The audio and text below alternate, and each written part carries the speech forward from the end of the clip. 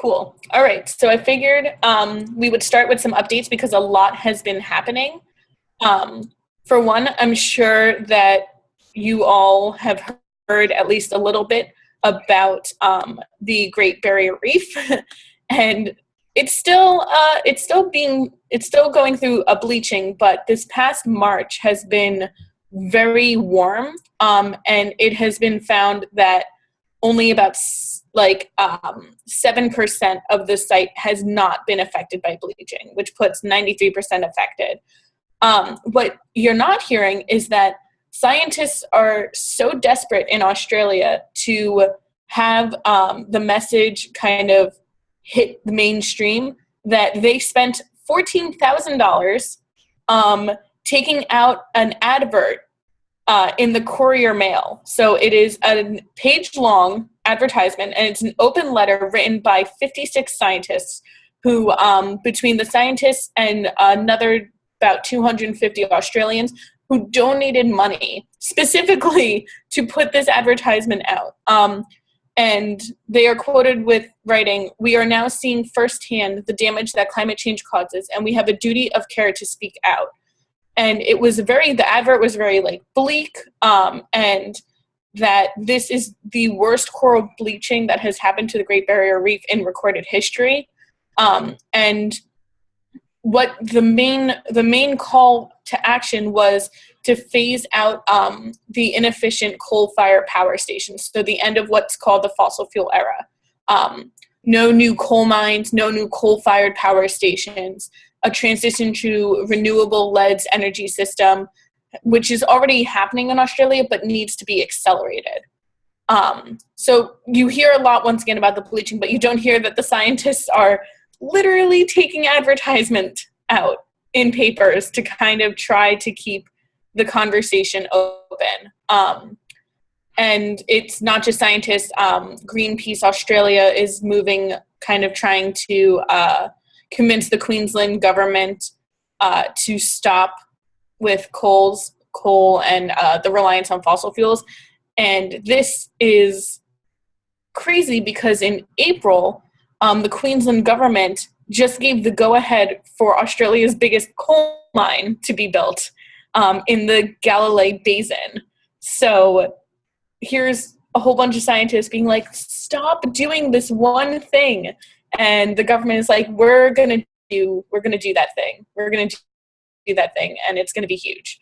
And World Wildlife Australia is calling on the government to commit to 100% renewable electricity by the year 2035 and to achieve net zero carbon pollution before 2050. So there's a lot of calling to action. It'll be interesting to see if that action actually happens. And as I'm sure everyone can assume, the Great Barrier Reef is a very big tourism hotspot, generating about $5 billion in tourism and employing about 70,000 people. And if the reef is bleached and tourists decide it's not worth visiting, that's $5 billion lost and 70,000 people unemployed. So it kind of makes sense on multiple levels to try to stop or prevent even further bleaching. So, ray of sunshine on a cloudy day.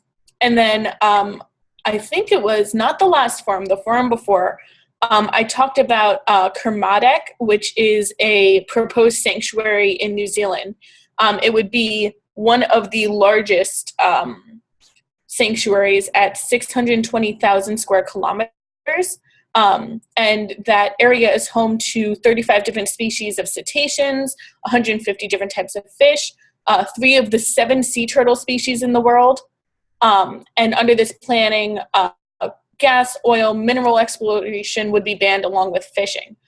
But it is right now being disputed because it's being found right now in violation of Maori rights. And it's the idea that this foreign non-governmental organization, which most notably is the Pew Charitable Trusts, are stripping Indigenous people of their constitutional rights to fish because the Maori people, traditionally fishing is a very large part of their culture. And if you take this large area and say you can't fish there, it's kind of, it messes up not only their livelihood, but also their culture. So it's going to be interesting to see where this goes, because it's always a battle between culture and science. And once again, like, sciences versus art. So it's going to be interesting to see how they deal with such a claim, because it's, in my opinion, it's very true. This is going to kind of violate some of their rights. So it's, how do you weigh this out? The greater good, or like preserving a culture? Trying to create a sanctuary that does not extinguish quota rights, but also is still fully protected. So it's going to be interesting to see how that plays out in the near future. This is like one of the, I love advancements in technology in the like ocean world. And I'm just going to, just the title, Robo Mermaid. So this brand new AI Robo Mermaid has been put on a couple of different missions, and it combs the ocean depths for shipwreck treasure. So it uses haptic feedback technology and artificial intelligence. So this mermaid, which essentially is just a swimming robot, can pick stuff up, and with the haptic technology can relay the weight and the size and kind of everything that you would be able to tell from touch. But it's so fragile, and it's so good at carrying things that its first expedition, it was off of the coast of France, and they had found an untouched shipwreck, and it went to the bottom of the shipwreck, picked up a 17th century vase, and brought it back up to the water without breaking it. And so right now it's being used for shipwrecks and kind of getting antiquities, but they're thinking future voyages to oil rigs, underwater disaster zones, coral reefs, because it's so precise, but also so delicate. So it was originally intended to study coral reefs, because it has the ability to touch the coral very lightly, like that of a human. But right now it's being used as kind of its first use for shipwrecks, because if you break a vase that no one has touched in like 300 years, okay, stuff happens. Like, it's unfortunate. If you break a piece of coral, that's bad. That's bad news. So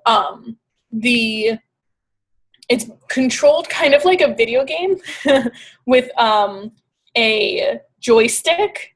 I mean, like, it's a lot more technical than that, but pretty much a joystick. And it was able to reach out, pick up the vase, feel its contours, feel its weight through force sensors and haptic feedback. And with that, it can just very carefully bring it back up to the boat and kind of hand it off to the person. So this robot took a vase from the ocean floor and handed it to the person controlling it, and that person was the first human hand to touch the vase in like 300 years. And I'm just going to reiterate that my campus can't get like Wi-Fi for more than 10 minutes. But gosh, we can just build a robot mermaid to go down to the bottom of the ocean and pick up vases and bring it back up.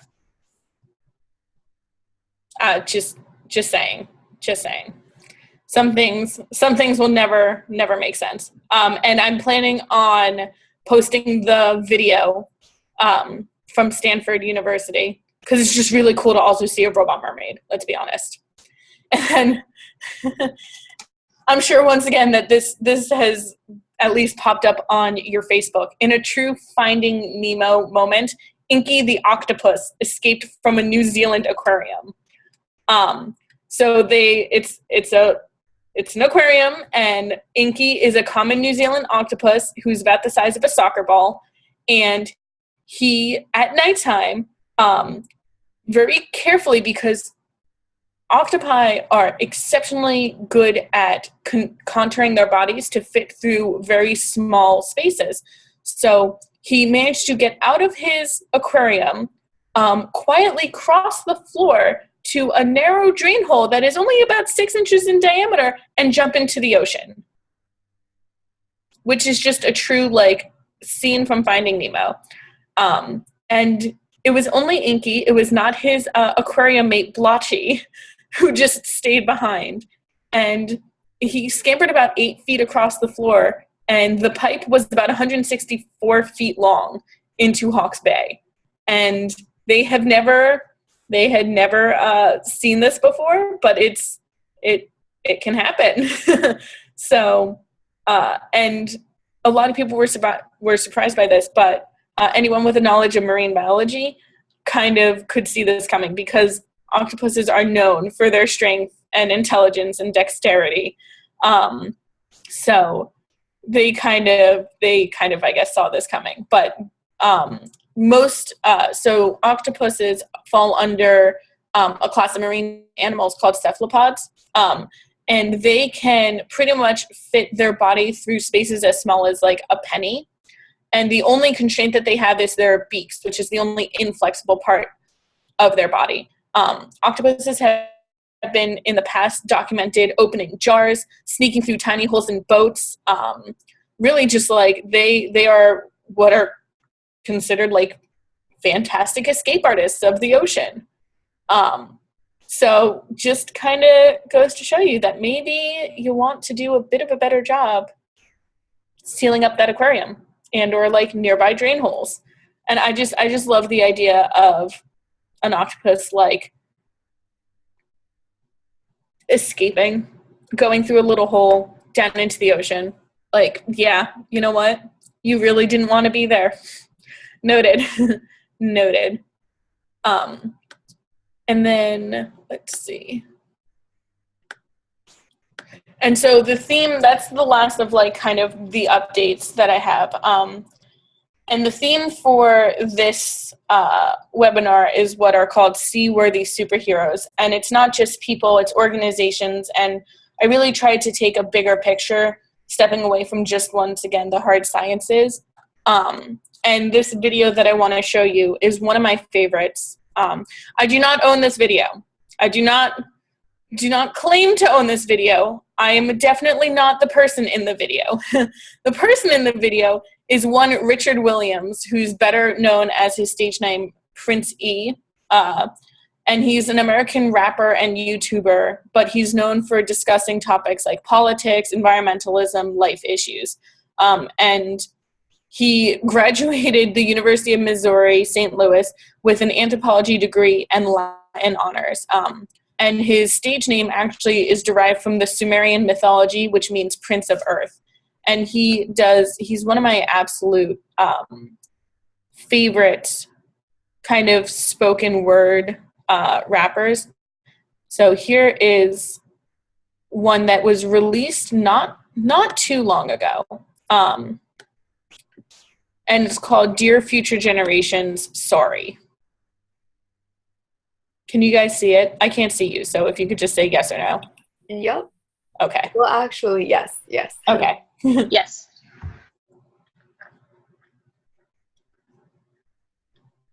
Dear future generations, I think I speak for the rest of us when I say, sorry. Sorry we left you with our mess of a planet. Sorry that we were too caught up in our own doings to do something. Sorry we listened to people who made excuses to do nothing. I hope you forgive us. We just didn't realize how special the earth was. Like a marriage gone wrong, we didn't know what we had until it was gone.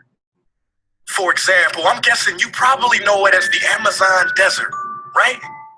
Well, believe it or not, it was once called the Amazon rainforest, and there were billions of trees there, all of them gorgeous, and oh, you don't know much about trees, do you? Well, let me tell you, trees are amazing. I mean, we literally breathe the air they are creating. They clean up our pollution, our carbon. They store and purify water, give us medicine that cures our diseases, food that feeds us, which is why I'm so sorry to tell you that we burn them down.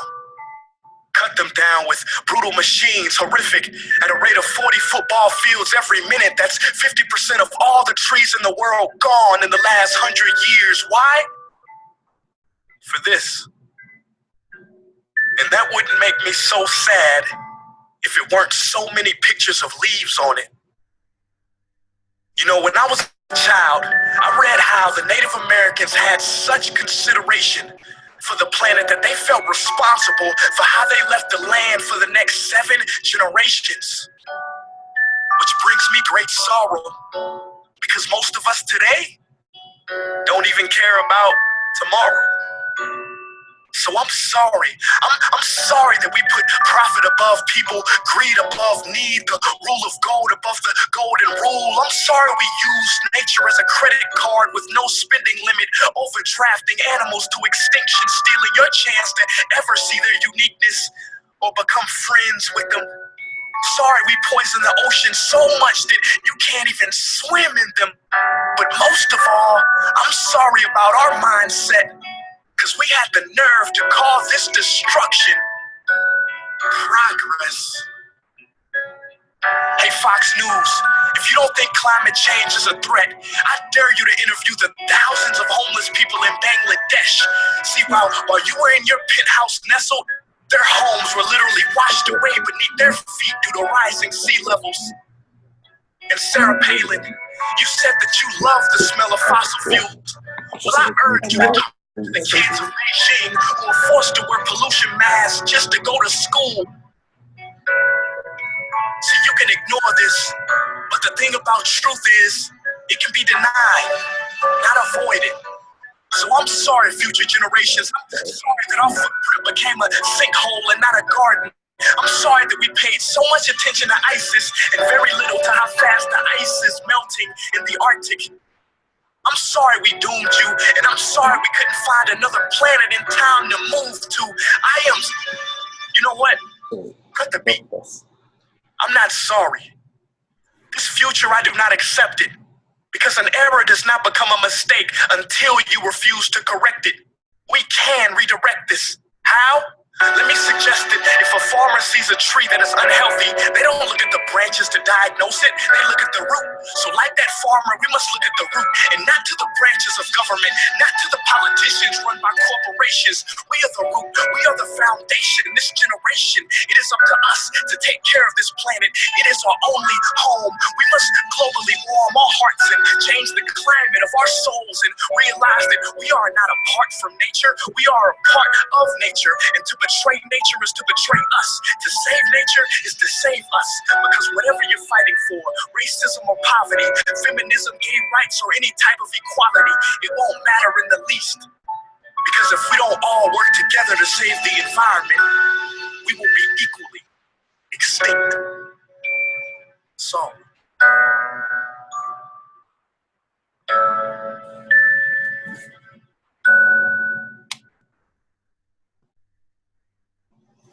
hey guys, for the past several weeks, I've been here in Africa, the heart of Africa, witnessing the horrific destruction of the rainforest, which inspired me to... So he has done a lot of different videos, once again, touching on a multitude of topics. And I personally, I love him. He also just a couple of months ago did one called Man versus Earth, which kind of follows the same theme. But and I'm kind of foreshadowing myself, when I heard Dr. Sylvia Earle speak, a lot of what she was saying kind of reminded me of his talk about how it's an error until it's a mistake, which means that we can still stop it. So right now we're just making errors. It's not a mistake yet. But that's kind of a prequel to the Sylvia Earle talk.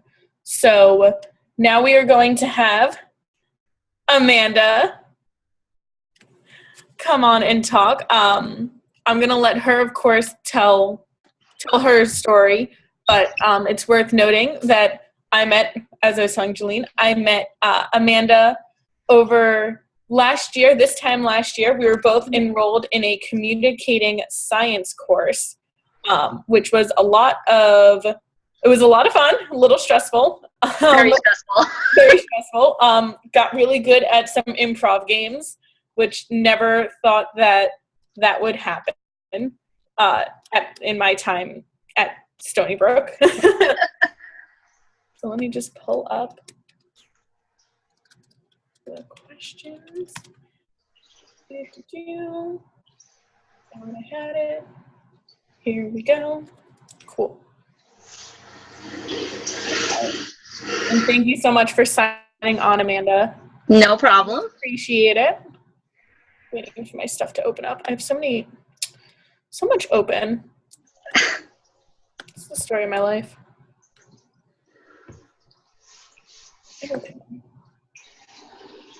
Cool. Wait, you know what? I'm just gonna do it from.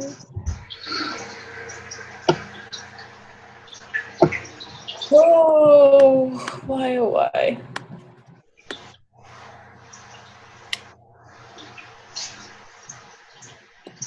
Don't know why it's not working. Is this the power? Just pull it up through my email. No, it's my question list. I want to make sure. But she has the PowerPoint. She'll be able to share it, right? Mm-hmm. I hope so. Yeah. You just tell me how to share my screen, and yeah. Okay, I just want to make sure. Yeah, Amanda, if you just look down near the bottom bar of your window, do you see a green button that says share screen? Oh, yeah. Yeah, super easy. It should work, no problem. Okay. Just as I'll bring that up later on. Okay, yeah, and when you are sharing a screen, you can't necessarily see everyone else, but we are here. Okay. So I found that out. All right, perfect. So I already mentioned that I met you in a grad course, but can you tell us a bit about your background? So where did you study undergrad and grad, and what's your kind of academic background? So my academic background is actually in marine vertebrate biology. That was my undergraduate major at Stony Brook University. And then I went back to Stony Brook for the Marine Conservation and Policy Master's program. A lot of people are very surprised that I didn't go to school for art. Usually when they see my artwork, they're like, oh, you must have went, somewhere for art. We're like, no, I went for science. So yeah, that's basically my my academic background. Have you always had an interest in art? Yeah, ever since I can remember, I've been coloring and drawing, and I've especially been drawing animals. I'm from that far-off generation where we didn't have iPads and PCs and cell phones. So most of the time when I was a child, I was mostly doing artwork or watching TV or something like that. But a lot of artwork in my past, yes. So yes, I can say that I've been into art for a very long time. Have you always kind of wanted to kind of marry this art and science? No, actually, this is a very recent thing for me. My senior year in undergrad is when I actually started realizing that I could put science and art together. That was when I met another scientific illustrator. His name is Stephen Nash. And he's very famous among primate people that are into primates and their conservation because he works for Conservation International. And he had come in to speak to my primate conservation class that I was taking for my environmental studies minor. And I worked up the nerve to say hello. And he told me that, what he does, scientific illustration for this big, non-governmental organization, and that he does it for conservation reasons. So since then we've been friends, and I've gotten into scientific illustration, and it's history from there, I suppose. And what do you hope to accomplish accomplish as a scientific illustrator? Well, two things. I really hope to help scientists express their findings in a way that is accessible to everyone, or also probably be in a position kind of like Stephen Nash, where his scientific illustrations go towards conservation.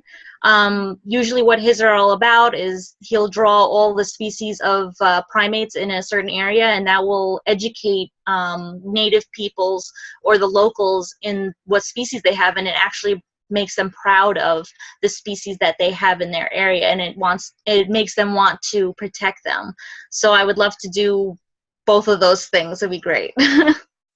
And then I mentioned that there must be a lot of difficulties in the world of scientific illustrating. Like, I know, one, I'm exceptionally not good at art, nor can I color inside the lines, and I take a lot of what I like to call artistic liberties with my color.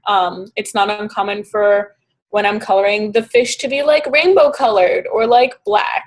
So what are some difficulties that you find within your profession?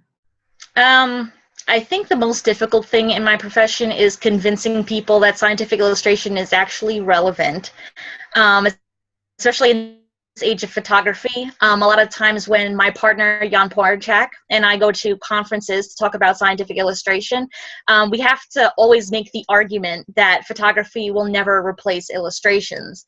And it really won't. Photography is great when you need to identify specimens quickly in the field, kind of like those blue whale photos that that show the unique spot patterns of individuals. But a photograph can't capture a dead fish larvae that's been sitting in ethanol forever, or make it look what it looked like in life. And that's what the scientific illustrator is there for. It's to recreate these specimens that are broken, that are all shriveled up. And a photograph also can't show an entire ecosystem at work. So illustration is still relevant, and that's one of the challenges that I really try to get through to people, is that it's still needed. Photography hasn't kicked us out yet. I also imagine that when you're looking at an illustration, you can see a lot more of the detail because it is hand-drawn. It is drawn to a very specific scale and size, and I guess I imagine photography is rather one-dimensional, but if you're drawing, you could draw multiple dimensions, right? Absolutely. So you can really highlight those specific areas that, for instance, a scientist really wants to look at, I don't know, the wing pattern of the moth that they're studying. Instead of taking a photograph that might not get all the scales, might not get all the veins, you can highlight, you can definitely darken in the lines of what you're drawing. So in that way, scientific illustration can really pinpoint what the scientist or what the organization is really looking for. Cool. And then, as I had mentioned, we met in a class that through the Alan Alda Center for Communicating Science, and it was about kind of breaking down that barrier between scientists and the general public. But it was a lot more speaking based. How does scientific illustration kind of further this concept of communicating science? Well, scientific illustration really helps communicating science in ways that text and photos and speaking and digital models just can't.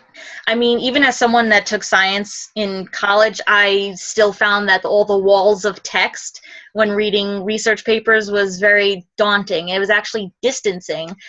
So I can only imagine what, average Joe would feel like looking at these research papers. It probably is, putting that wall down where it's hard to understand all the jargon and all the models when you don't have that kind of background. So what scientific illustration does is that it puts all of that information in a concise block, you could say, that even a regular person who has no background in science could still look at it and still understand what's going on, such as, like I said before, how an ecosystem works. You can see all the pieces, and it's engaging as well. People really respond well to photos and to video. So I think that scientific illustration would really help out in giving science that bridge to the public. Yeah, and I also, I mean, like, I just think back to when I was younger and I would go to museums or like art galleries, and that was really my first introduction to a lot of science, is through pictures or diagrams, and that kind of made me realize that there was a whole nother world out there.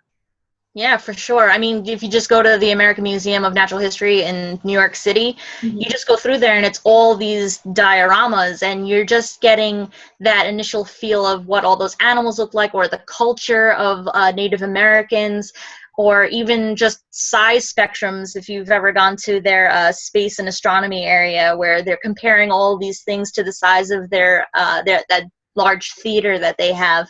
It's just incredible, and you can really you can wrap your mind around it a little bit more when you can see it as opposed to reading it or just hearing it.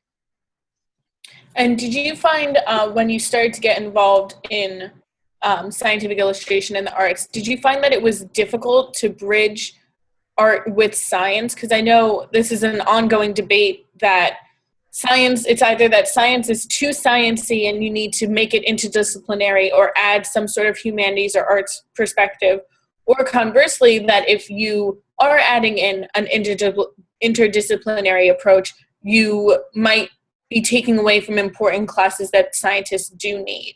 It's an ever-growing debate. Well, personally, I feel like when I'm trying to smash science and art together in that way, that you really do need to strike a balance between them, especially if you really want to communicate what you found.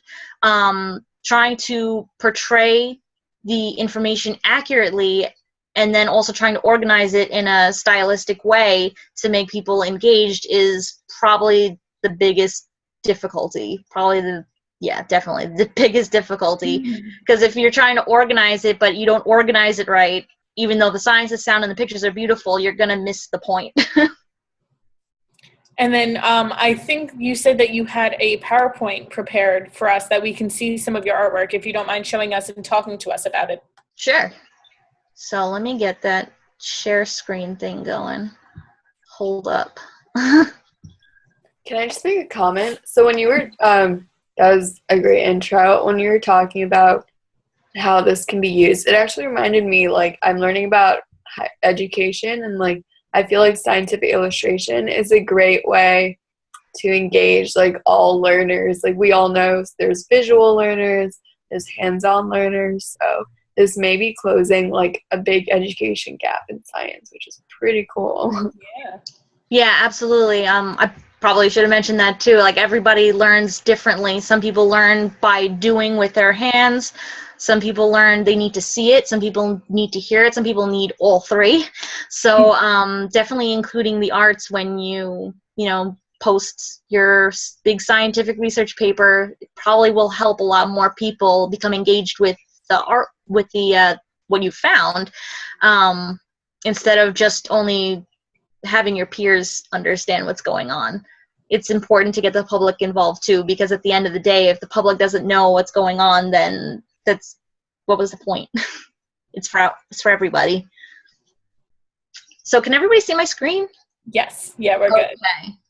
So you wanted me to show some of my artwork. I have 6 slides of things that I wanted to show.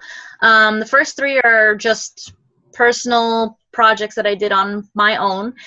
This one I did in high school during my, I was in advanced placement art, and I just took that class simply because my friends were in it and I just wanted to.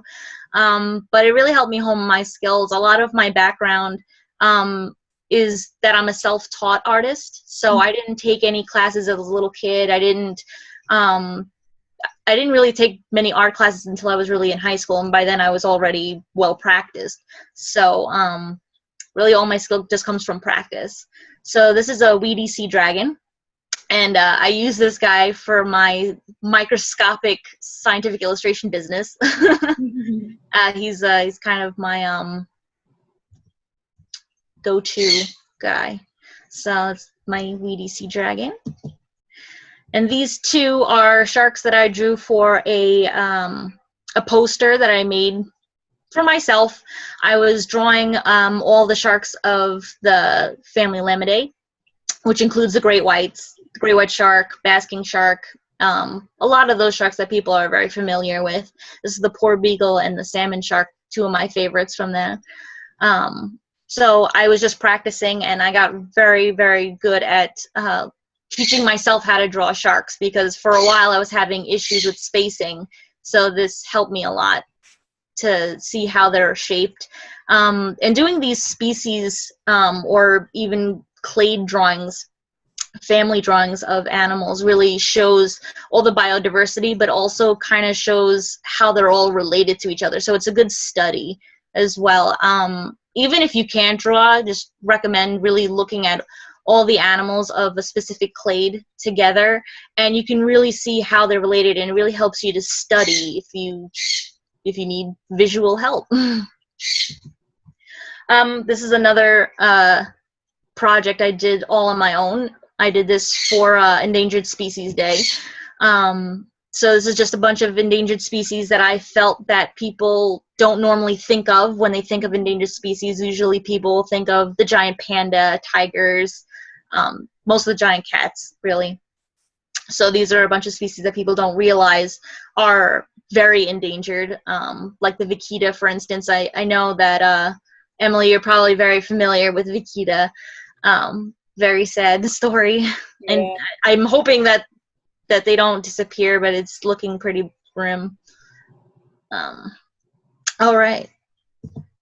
So these, I'm getting into things that I've done. I've actually did for organizations. This one I did for Peconic Estuary Program. It's part of Cornell Cooperative Extension here on Long Island. And they had me draw a bunch of animals that appear in the Peconic Estuary for their new brochure that hopefully they're going to print soon, and I can get a couple copies to show everyone. This is just a small subset of the animals that I did. I did about 24 common animals that are seen in the Peconic Estuary. So they're the northern puffer, the horseshoe crab, which is very important to Long Island, the scallop, which is also very important to Long Island, and the blue-clawed crab, which everyone knows. So these guys are ones that I've never posted online before. Kind of keep them to myself, but they are they're from my time at NOAA, the National Oceanic and Atmospheric Administration. I went to Florida to work for them over last summer as an intern, and my internship was all about scientific illustration, which was extremely exciting. My main project was to draw a new time series of larval lionfish, because there's such a huge problem down there and they're spreading and it's just getting worse. So they wanted a new time series of the growth of the larvae as they go, so that they're easier to identify in samples. So I'm not able to really share those because those are going to appear in a scientific article.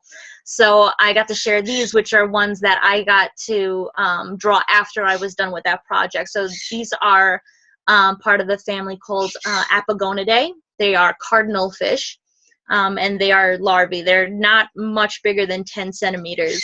So while I was in Florida, I learned to do something pretty amazing. I used a camera lucida, which is basically a big, I guess, mirror that's like this. It hangs off of the microscope, and because of the mirror and the way that the lenses work, you could actually see your specimen and your hand drawing the specimen as well. So that was really cool. So these guys are kind of traced, but they're also had to be put back together because they were dead larvae and ethanol. So these guys are some of my favorites. Oh, and look at that. It's 10 by 2020's banner. So I did this for 10 by 2020, as you guys probably know. It's 10 organisms that are already protected by marine protected areas. So you got the manatee, which I knew was one of Emily's favorite animals, as well as the groupers that I got to see when I was down in Belize. The sawfish or saw shark that is very endangered around Florida. Manta rays, the queen conch, green sea turtle, Hawaiian monk seal, the elkhorn coral, which is all on the bottom, and we also have a kind of tern as well, and the blue sea star.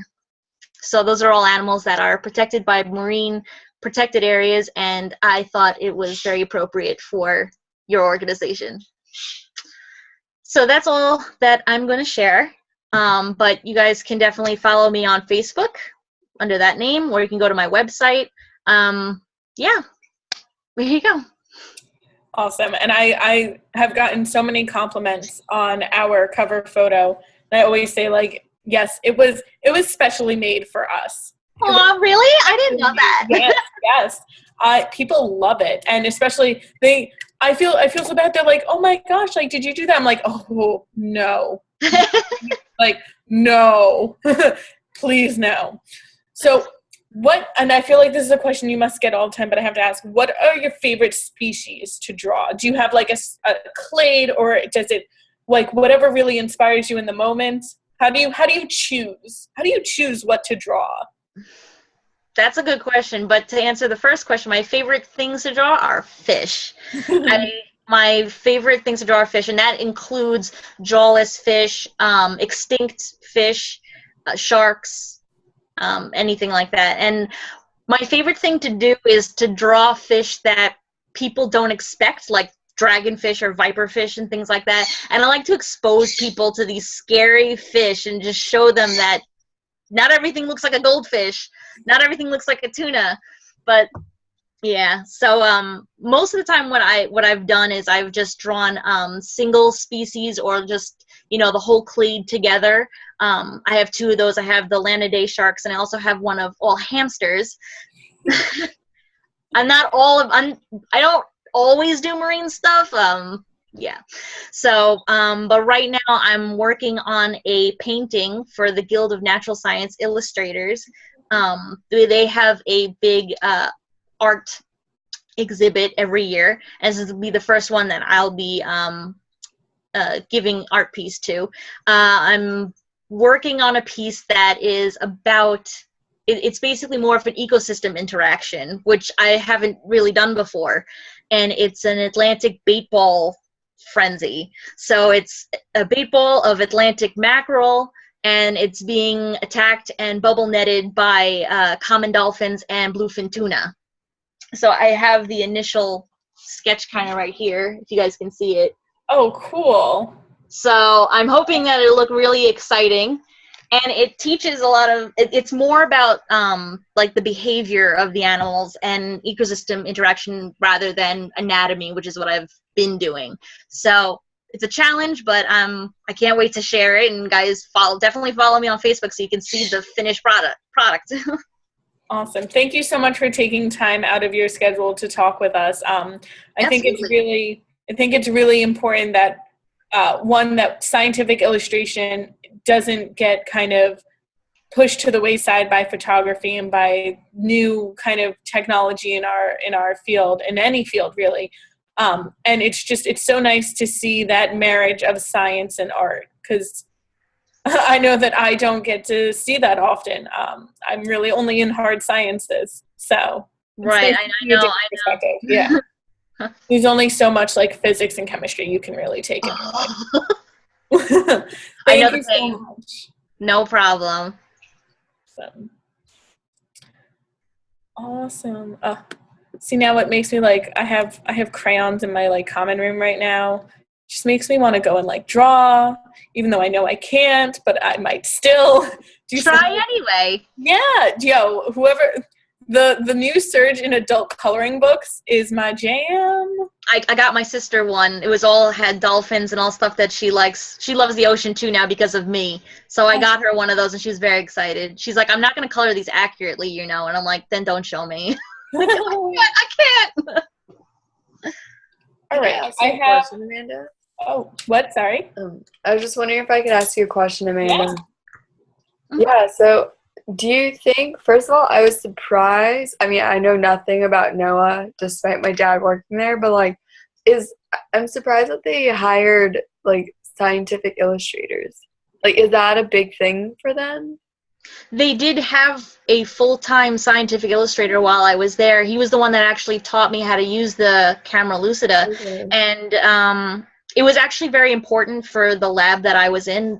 It was the early life history lab. So they were all about larval fish, and it's just very important for them to know how these larval fish look like in life so that they can identify them in their samples that they get when they trawl.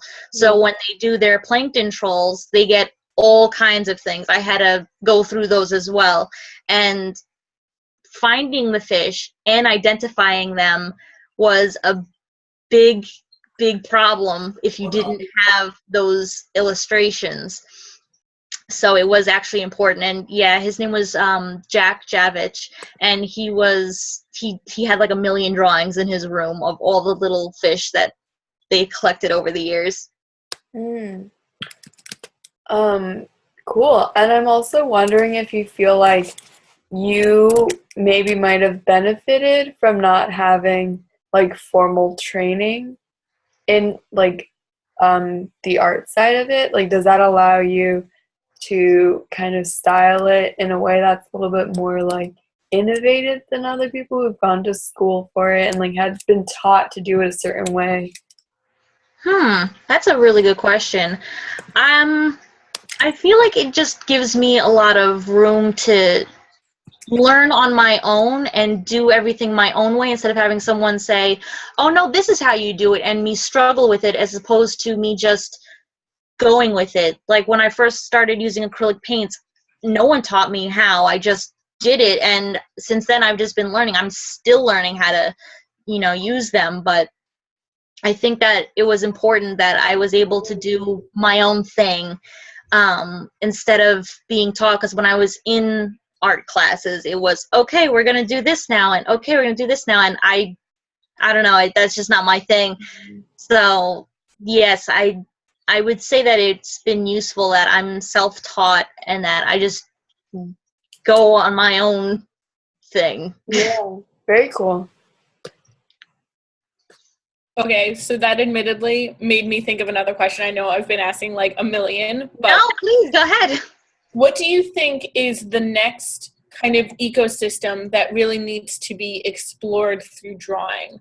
Is it still the oceans? Is it the Amazon rainforest? Or is it even something very common like the pond next to your house? All of those really could be great topics. I know that my next painting, I really want it to be deep sea, like really deep sea, and just expose people to the fact that you don't necessarily need to have the sun in order to make an ecosystem run. So definitely something like I forgot what they're called now, the chimneys, the smokestacks in the bottom of the ocean. That would be a really great ecosystem to look at, especially looking at how animals get nutrients from all that soot that comes out, as opposed to getting it from plants that would photosynthesize. That would be a great topic, I think. That would be great. Very cool. Are there any other questions that anyone has? No? Awesome. Thank you so much for answering our questions. You're welcome. All right.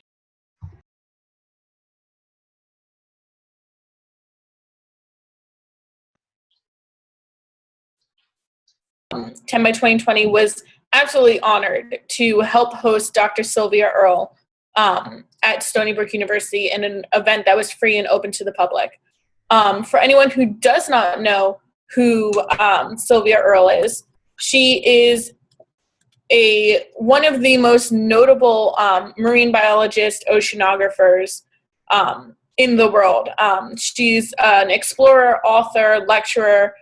She works with National Geographic as an explorer in residence. She's been there since 1998. She was the first female chief scientist of the National Oceanic and Atmospheric Administration and was named the first ever hero for the planet by Time magazine. She is originally from the East Coast, actually from my home state of New Jersey. What up? And she grew up in a very kind of pro-nature household. Her parents were always trying to get her to go outside and really encouraging her interests in the natural world. which at the time was kind of uncommon because she was a female. And a lot of females were not really allowed or expected to be in the sciences. She won in 2009 the TED Prize, which is the TED Talks, and it's awarded once a year to a single individual who gives a TED Talk who expresses a creative, bold vision that sparks global change. And they use the TED community resources and invest $1 million in that person. So I want to share with you guys her literally award-winning TED Talk, and she's the best. I personally love her. Figure out how to make this full screen. How do I make you full screen? 50 years ago, when I began exploring the ocean, no one, not Jacques Perrin, not Jacques. There we go.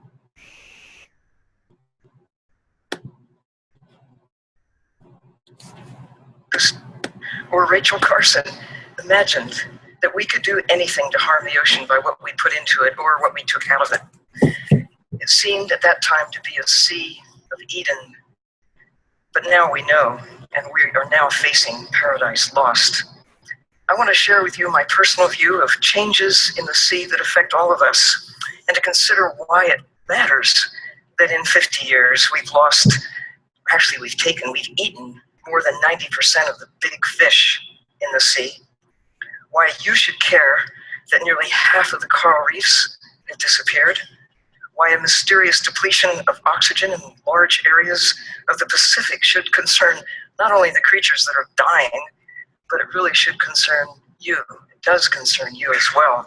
I'm haunted by the thought of what Ray Anderson calls tomorrow's child, asking why we didn't do something on our watch to save sharks and bluefin tuna and squids and coral reefs and the living ocean while there still was time. Well, now is that time. I hope for your help to explore and protect the wild ocean in ways that will restore the health and, in so doing, secure hope for humankind. Health to the ocean means health for us. And I hope Jill Tarter's wish to engage earthlings includes dolphins and whales and other sea creatures in this quest to look for intelligent life elsewhere in the universe. And I hope, Jill, someday that we'll find evidence that there is intelligent life among humans on this planet. Did I say that? I guess I did.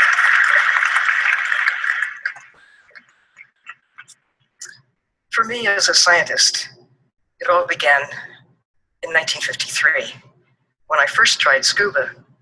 It's when I first got to know fish swimming in something other than lemon slices and butter. I actually love diving at night. You see a lot of fish then you don't see in the daytime. Diving day and night was really easy for me in 1970 when I led a team of aquanauts living underwater for weeks at a time. At the same time that astronauts were putting their footprints on the moon. In 1979, I had a chance to put my footprints on the ocean floor while using this personal submersible called Jim, 6 miles offshore and 1,250 feet down. It's one of my favorite bathing suits. But since then, I've used about 30 kinds of submarines, and I've even started 3 companies and a nonprofit foundation called Deep Search to design and build systems to access the deep sea. I led a 5-year National Geographic expedition, the Sustainable Seas expeditions, using these little subs. They're so simple to drive that even a scientist can do it. And I'm living proof. Astronauts and aquanauts alike really appreciate the importance of air, food, water, temperature, all the things you need to stay alive in space or under the sea. I heard astronaut Joe Allen explain how he had to learn everything he could about his life support system and then do everything he could to take care of his life support system. And then he pointed to this and he said, life support system. We need to learn everything we can about it and do everything we can to take care of it. The poet Auden said, "Thousands have lived without love, none without water." 97% of Earth's water is ocean, no blue, no green. If you think the ocean isn't important, imagine Earth without it. Mars comes to mind. No ocean, no life support system. I gave a talk not so long ago at the World Bank, and I showed this amazing image of Earth, and I said, there it is, the World Bank. That's where all the assets are. And we've been drawing them down much faster than the natural systems can replenish them. Tim Worth says the economy is a wholly owned subsidiary of the environment. With every drop of water you drink, every breath you take, you're connected to the sea, no matter where on Earth you live. Most of the oxygen in the atmosphere is generated by the sea. Over time, most of the planet's organic carbon has been absorbed and stored there, mostly by microbes. The ocean drives climate and weather, stabilizes temperature, shapes Earth's chemistry. Water from the sea forms clouds that return to the land and the sea as rain, sleet, and snow, and provides home for about 97% of life in the world, maybe in the universe. No water, no life. No blue, no green. Yet we have this idea, we humans, that the Earth, all of it, the oceans, the skies, are so vast, so resilient, it doesn't matter what we do to it. That may have been true 10,000 years ago, and maybe even 1,000 years ago. But in the last 100, especially the last 50, we've drawn down the assets, the air, the water, the wildlife, that make our lives possible. New technologies are helping us to understand the nature of nature, the nature of what's happening, showing us our impact on the Earth. I mean, first you have to know that you've got a problem. And fortunately, in our time, we've learned more about the problems than in all preceding history. And with knowing comes caring. With caring, there's hope that we can find an enduring place for ourselves within the natural systems that support us. But first, we have to know. 3 years ago, I met John Hankey, who's the head of Google Earth, and I told him how much I love being able to hold the world in my hands and go exploring vicariously. But I asked him, when are you going to finish it? Did a great job with the land, the dirt. What about the water? Since then, I've had the great pleasure of working with the Googlers, with DOER Marine, with the National Geographic, with dozens of the best institutions and scientists around the world, ones that we could enlist to put the ocean in Google Earth. And as of just this week, last Monday, Google Earth is now whole. Consider this, starting right here at the convention center, we can find the nearby aquarium, we can look at where we're sitting, and then cruise up the coast to the big aquarium, the ocean. And California's 4 national marine sanctuaries and a new network of state marine reserves that are beginning to protect and restore some of the assets. We can flit over to Hawaii and see the real Hawaiian Islands, not just the little bit that pokes through the surface, but also what's below. To see, wait a minute, we can go splash, right there, under the ocean and see what the whales see. We can go explore the other side of the Hawaiian Islands. We can go actually and swim around on Google Earth and visit with humpback whales. These are gentle giants that I've had the pleasure of meeting face to face many times underwater. There's nothing quite like being personally inspected by a whale. We can pick up and fly to the deepest place, 7 miles down the Mariana Trench, where only 2 people have ever been. Imagine that. It's only 7 miles, but only 2 people have been there 49 years ago. One-way trips are easy. We need new deep diving submarines. How about some X prizes for ocean exploration?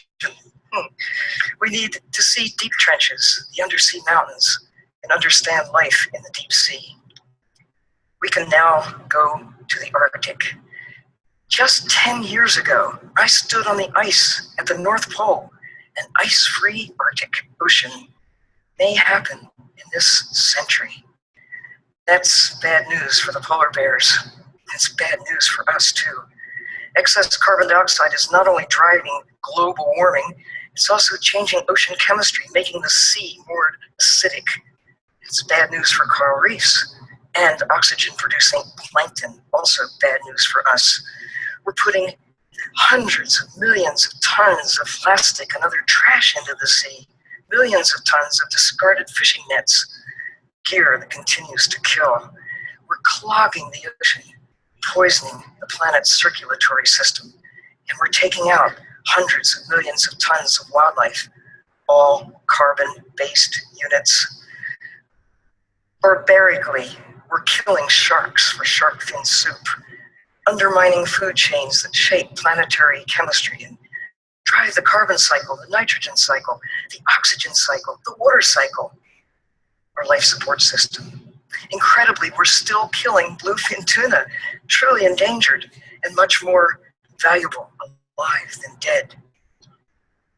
All of these parts are part of our life support system. We kill using long lines with baited hooks every few feet that may stretch for 50 miles or more. Industrial trawlers and draggers are scraping the seafloor like bulldozers, taking everything in their path. Using Google Earth, you can witness trawlers in China, the North Sea, the Gulf of Mexico, shaking the foundation of our life support system, leaving plumes of death in their path. Next time you dine on sushi or sashimi or a swordfish steak or shrimp cocktail or whatever wildlife you happen to enjoy from the ocean, think of the real cost. For every pound that goes to market, more than 10 pounds, even 100 pounds, may be thrown away as bycatch. This is the consequence of not knowing that there are limits to what we can take out of the sea.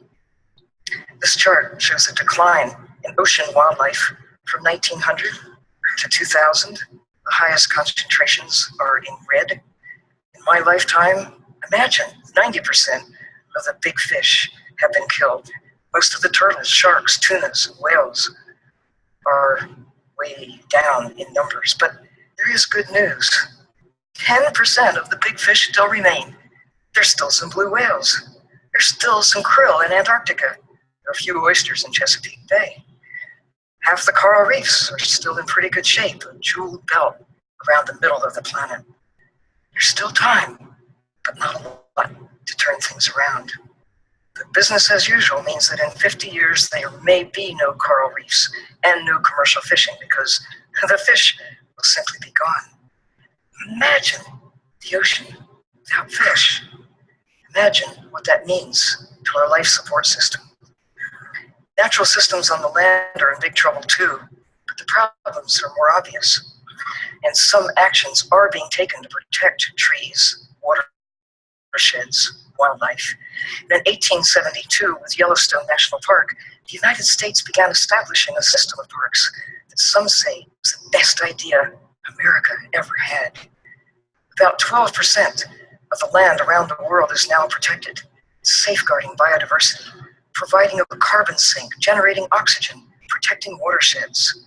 And in 1972, this nation began to establish a counterpart in the sea, national marine sanctuaries. It's another great idea.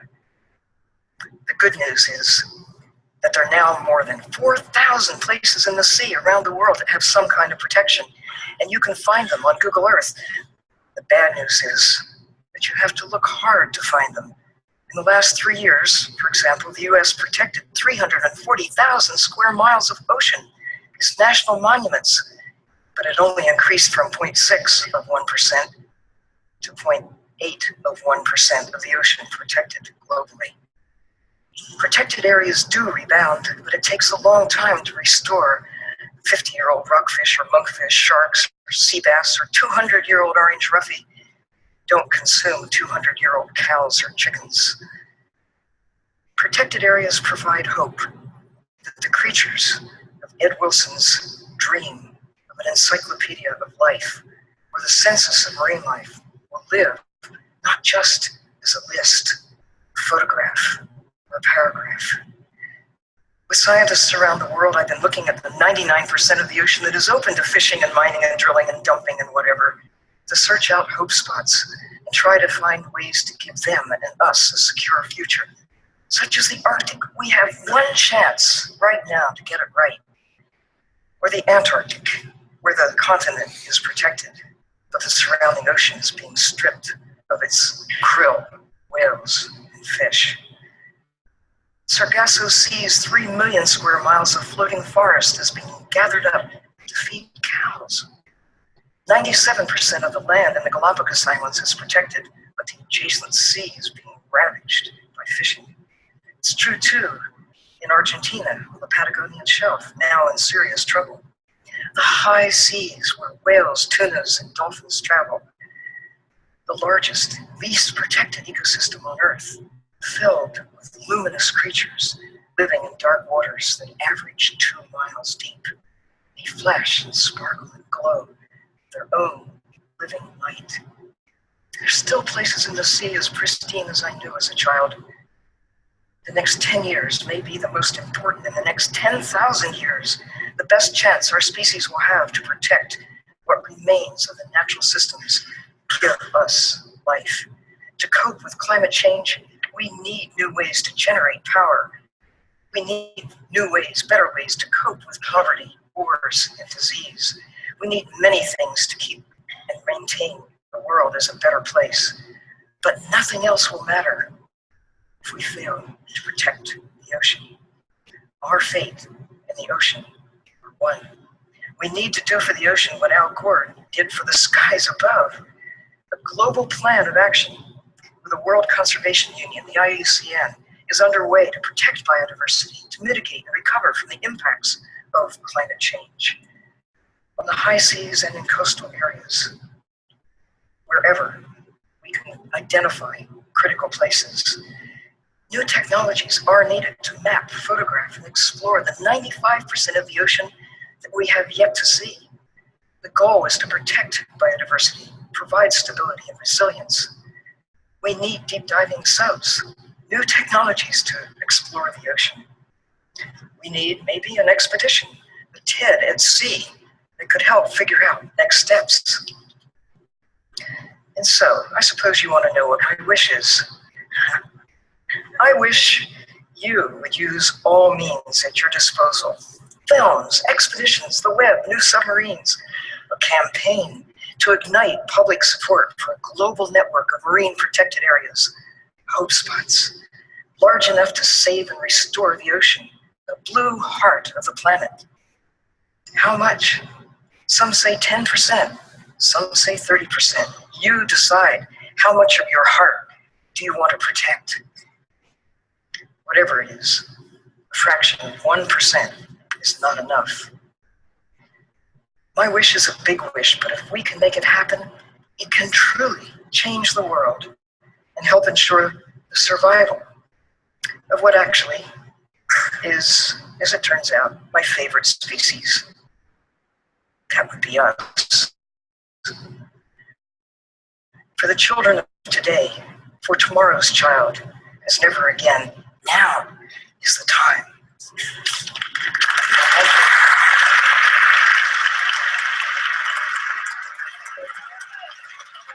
So that was her, as you guys just saw, her award-winning TED Talk. And I first saw this in, I want to say, 2010. And I had been obsessed, makes me sound like a stalker. I had been really into her before that. And to see her speak and to see her orate her wish. And this was before Sustainable Development Goal 14. And this is from 2009, so some things are not true. Like James Cameron went to the Mariana Trench, you know, the guy who made Avatar. So more than 2 people have gone there. James Cameron went. But a lot of what she says still holds true. The Great Barrier Reef is still being bleached. We are still struggling to reach this goal, this 10% by 2020. So while she was here, while I got to speak with her, and kind of, it took me a couple of minutes to really start talking to her because I was just so awestruck. I was able to ask her, what do you think about Sustainable Development Goal 14? What do you think about 10% of the ocean conserved by 2020? And her response, I would love to say surprised me, but it didn't. She said, this is a good goal, but it's not enough. We should have 30% by 2030. We should have 40% by 2035. We should have more. 10% is a good starting point, but it's not enough. And that there needs to be a better way to determine what is a marine protected area. And she spoke very briefly about it in her TED Talk, what she calls hope spots. And hope spots are a big portion of Mission Blue, which is a foundation started by Sylvia Earle from the Sylvia Earle Alliance. And hope spots are special places that are critical to the health of the ocean. Some are already formally protected, while others still need what's considered defined protection.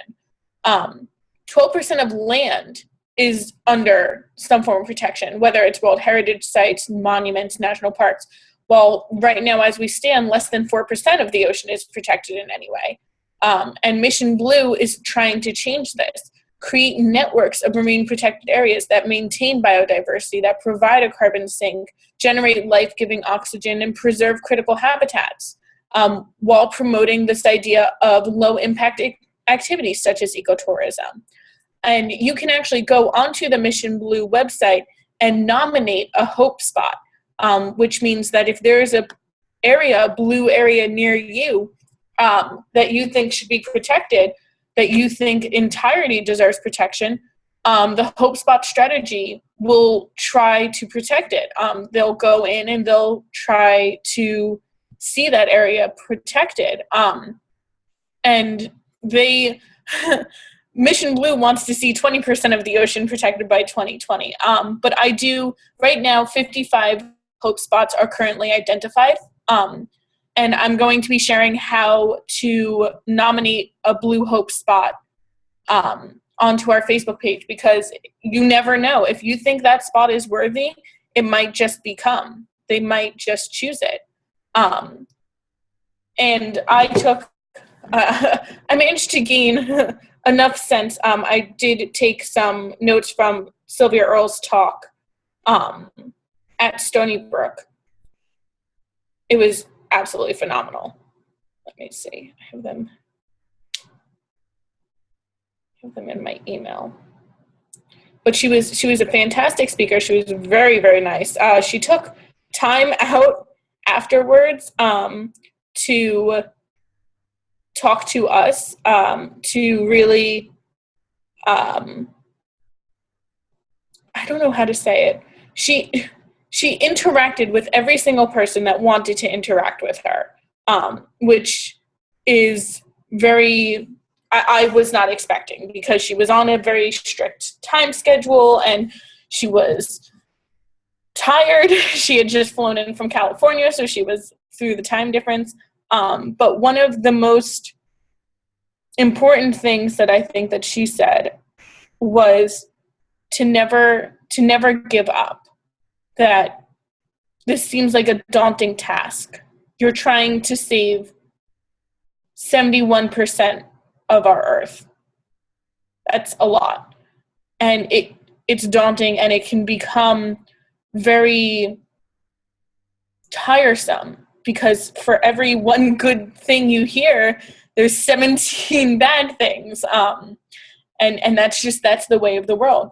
But once we stop trying to fight the nature of nature, it will become infinitely easier.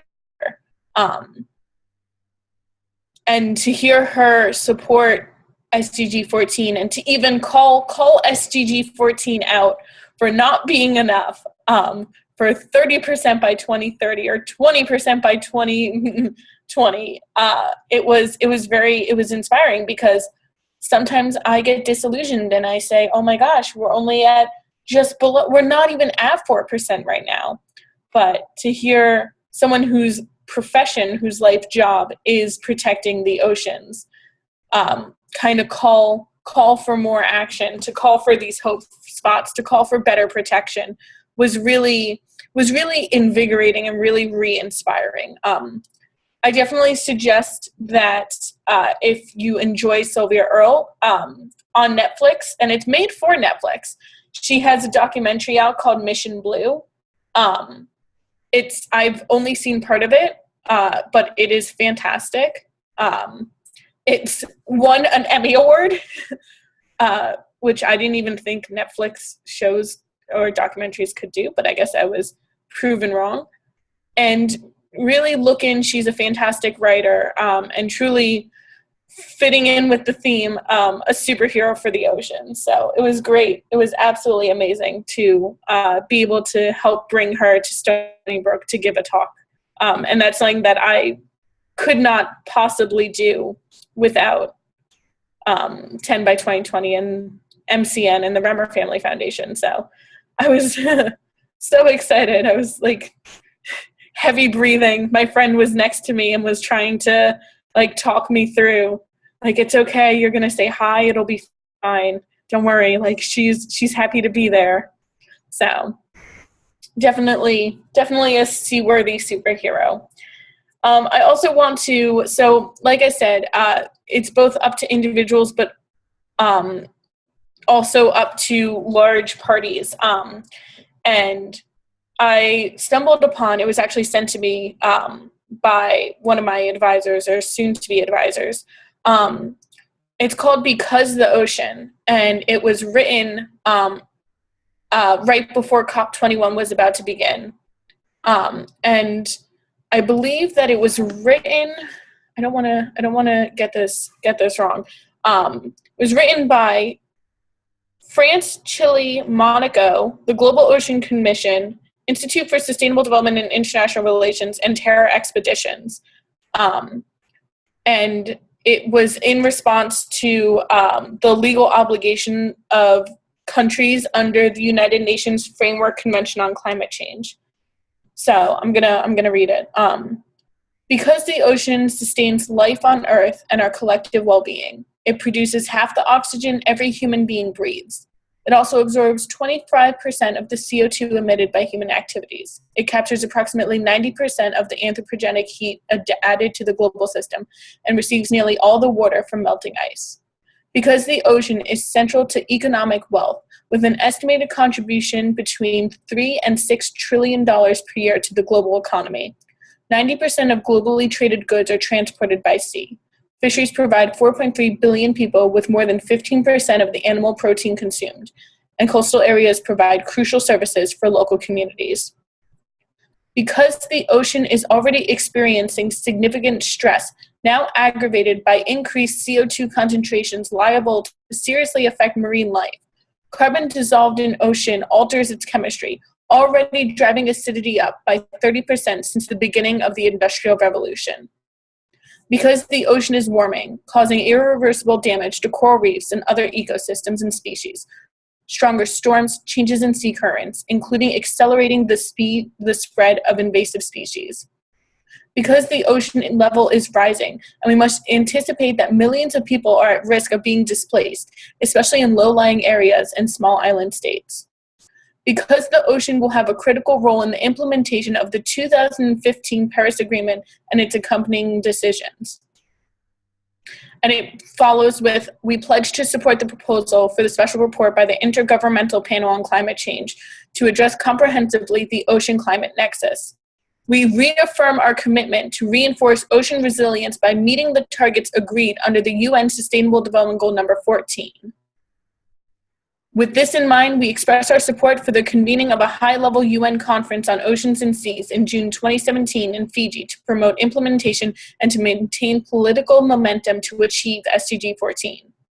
We believe, in keeping with the sense of urgency, that it is high time to promote an ocean action plan under UNFCCC starting in 2016, and we shall continue to meet as a group to address the challenges identified in this declaration, inviting the participation and input of other relevant processes and initiatives within and outside the UN. It was really nice to see that because it's more than just an environmental thing, because it will affect the entire world as a whole. It will affect whether we survive as a whole.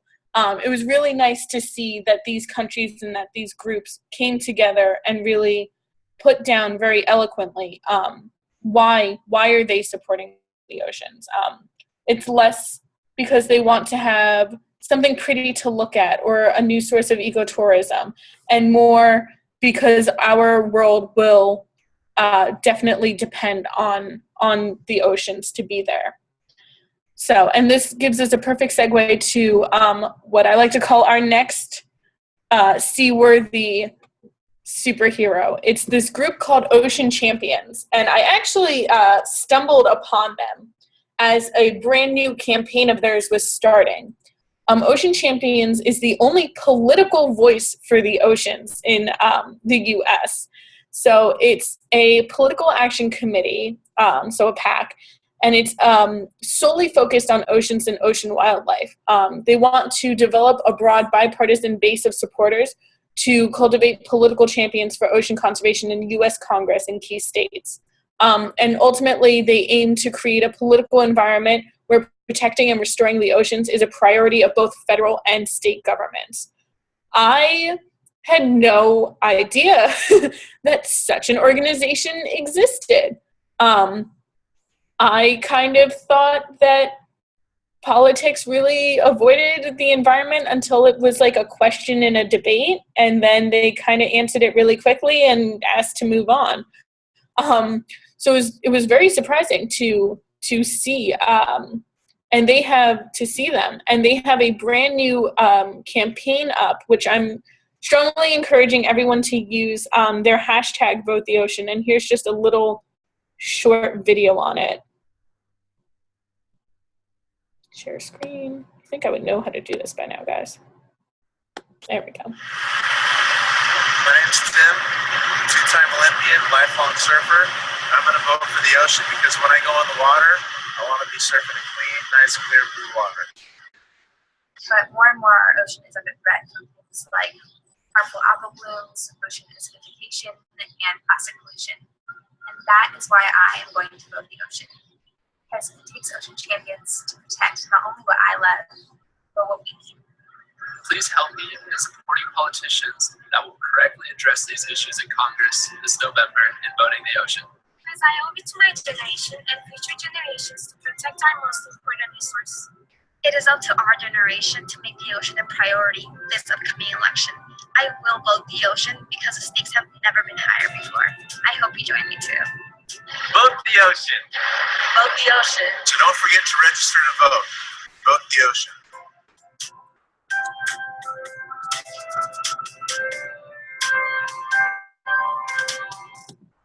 And they have started on their website, which I will also send out the link. They want everyone of voting age to go ahead and make a video and use the hashtag Vote the Ocean, and kind of why is it important to you? And it's a fantastic, they are a fantastic group, and they not only talk about ending overfishing, but also trash-free seas and harmful algal blooms, which is a really big issue, especially where I'm living right now on Long Island. So, and President Obama signed into legislation last year a piece of policy to combat toxic algal blooms. And Ocean Champions is working with their friends in the Congress to do even more. So they're taking kind of a big approach like the oceans, but also harmful algal blooms or HABs, which can affect Long Island Sound, ponds, rivers, everything like that. So they seem like a really fantastic organization. Unfortunately, they couldn't join us today, although they wanted to.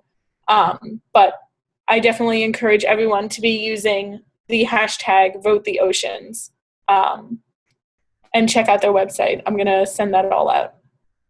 And then, let's see. So I wanted to leave this forum with two things. One, a book recommendation, and 2, a kind of primer for the summer months coming up. So the book recommendation is a favorite of mine, and one of my favorite authors, E.O. Wilson, who was actually mentioned in Dr. Earl's TED Talk. The one I'm holding right now is called The Future of Life. It's an older book. It's actually from 2002, and I was rereading it because that's what I do in my free time. And even though this was written in 2002, he talks about the idea of define precisely the marine hotspots of the world and assign them the same action priority as those for on land. Foremost are the coral reefs, which in their extremely high biological diversity ranks as the rainforests of the sea. More than half around the planet, including, for example, those in the Maldives and parts of the Caribbean and Philippines, have been savaged variously by overharvesting and rising temperatures and are in critical condition.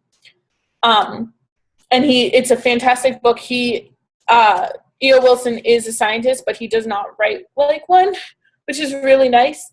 And he has a brand new book out now, which I haven't been able to read yet. And I actually thought it was really fitting that the cover of my book, I believe, is a drawing by, and I'm going to botch the name, Ernest Henkel. There we go. I got the okay. Who is a scientific illustrator. So if I remember correctly, the cover is a play off of his by Isabella Kirkland, but who's another scientific illustrator, but it's based off of one of his works. So I totally suggest reading it if you want to take a break from studying for finals. It's a nice little. You don't have to say like you stop studying for finals because it's still educational. You're just like taking a break. And then now that it's warmer, I totally encourage everyone to go to the beach. But there are some things that I just kind of want to remind you. One, be careful on the beach. Of course, don't swim if there's not a lifeguard. If you're exploring, I definitely suggest exploring. One of my favorite things to do is go look at tide pools. Please note that I use the word look and not touch. A lot of times there are species that are very much alive in tide pools, and you might be tempted to pick them up, or you might see a shell that you really like. Take pictures, do a drawing. Don't necessarily pick them up because they are living species. If you're camping out on the beach and you bring something on, whether it's your lunch or a picnic or plastics, make sure you take it off because it will go into the ocean and it will take a lot less time because you're right there. So I always suggest if you're going to go to the beach or even if you're going out on a picnic, try to do as little single-use plastic as possible. Use reusable containers, use a cooler, use your like to-go thing that you can fill up at Starbucks anyway. And if you're going to the beach, cut down your carbon footprint and carpool because you're probably going with friends. And as a whole, and this is kind of a new focal point for me, is this idea of watch what you flush. And it's the all roads lead to Rome. Anything that goes either into the street, the gutters, your bathroom, will most likely end up in the water. And since this is kind of the nice time of year, people are starting to garden. These nitrogen-rich fertilizers are actually really harmful for the ocean. So if you're going to be gardening, use natural products. There's a whole list, and I'm going to post it, of kind of, it's like one of those life hack lists on how to make like natural fertilizer, or like if you have ants, how to spray, like I think it's water and peppermint oil. You mix it together and you spray it and the ants don't come. And another big thing is, and I didn't even think of this, is with the onslaught of kind of nice weather and state fairs, a lot of state fairs give away fish, and this seems like it would be common sense. Don't release the fish into the body of water. but it is a big thing. Whether it's a fish that you want, aquarium fish, don't release into the ocean or any other bodies of water, because this fish is most likely exotic to the ecosystem and can take it down. Most notably is lionfish in the Atlantic and the Caribbean today. It's a really, really big problem, and the majority of the lionfish started off as like pets that someone couldn't take care of or didn't want to have to deal with anymore because they take up a lot more space than you think.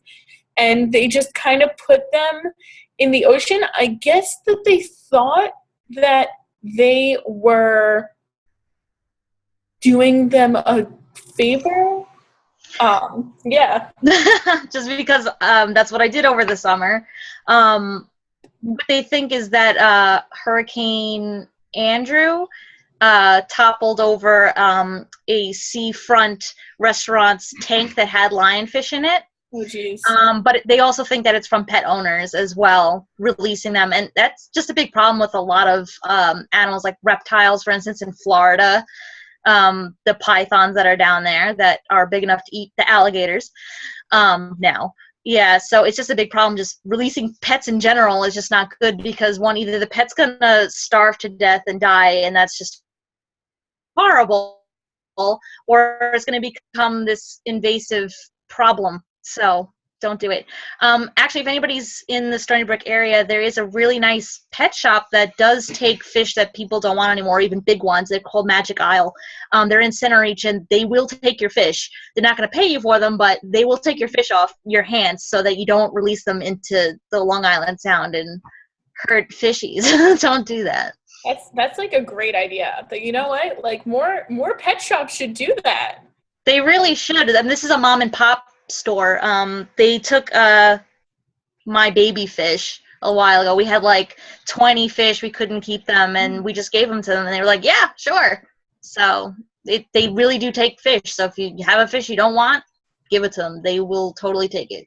They have a million tanks. Over when I was in high school, one of my teachers would work with this organization that would take turtles. So of course, like, on the streets of New York, you could buy a turtle and it's really cute and it's tiny and it's like adorable, but then it grows because it's a living thing. And so to try to stop them from being released into the wild, where they can also wreak havoc and die, there was an organization that took them in. So in our classroom, we had 2 big turtles and 2 like smaller ones that I'm sure by now are very large. And we got to name them, but it was like crazy. I never thought that people would buy them and then release them into the wild. It happens so often with just pets in general. People get an animal and they never did their research, and then it gets huge or it eats too much. Like in the terms of lionfish, they find that lionfish basically never stop eating. They're just constantly devouring things to the point where some reefs around Florida are now so deserted of small fish that the lionfish are eating each other. You know, it's just, yeah, I'm not joking. Like, this is what I found in my research over the summer. It's just the lionfish problem is just so huge. And it's not just lionfish, also pet turtles, like the painted red ear turtle. That's a problem around New York because they're not supposed to be around here, and now they're just wreaking havoc too. Not as big as a lionfish, but it's an issue to the point where the Long Island Aquarium was actually taking in painted turtles.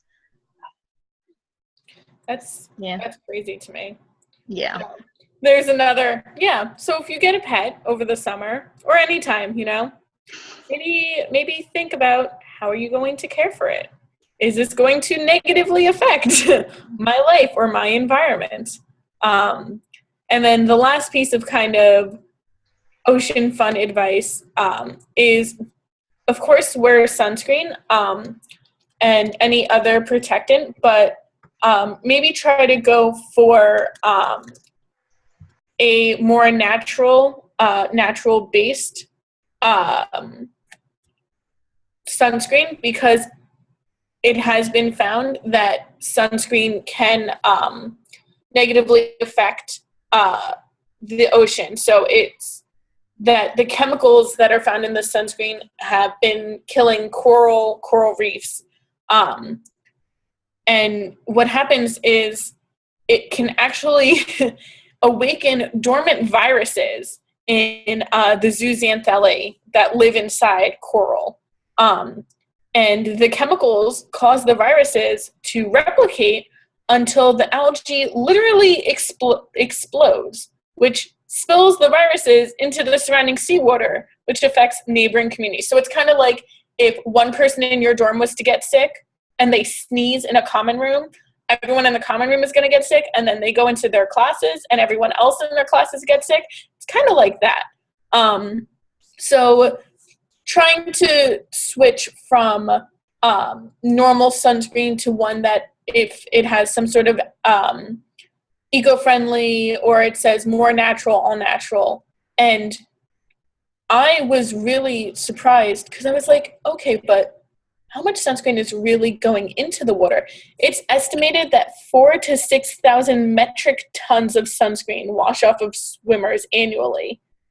And I'm just like, how many bottles of sunscreen? Like, I couldn't even fathom how many bottles that was. Can you repeat that number again? Oh, what? Sorry. Is that worldwide, that number, or is that just in the U.S.? I believe that is worldwide. That is worldwide. Still a lot. Still a lot. Sorry, what's the number again? 4,000 to 6,000 metric tons of sunscreen. Yeah, like it just, and they found this study found that seawater surrounding coral exposed to sunscreen contained 15 times more viruses than the unexposed samples. They've kind of narrowed it down to 4 ingredients: paraben, cinnamate, benzophenone, and a camphor derivative, which means like absolutely nothing to us. Doesn't mean anything to me. So just kind of rethinking. If you had the choice of wearing sunscreen and not wearing sunscreen, please wear sunscreen. Please, like, do that. But if you're at the shop, I hopefully caught you guys before you went shopping for your sunscreen, kind of look at more kind of organic or eco-friendly sunscreens. So enjoy the waters, enjoy the beach, be smart about it. Definitely be smart about it. Does anyone have any questions about anything that we went over? Anything like that? No? Cool stuff. Wait, I actually just want to make a comment. Yeah. So you showed the Prince E video, which was like spoken word, but like as I was listening to Sylvia Earle's talk, it was actually pretty poetic, and I thought it was cool.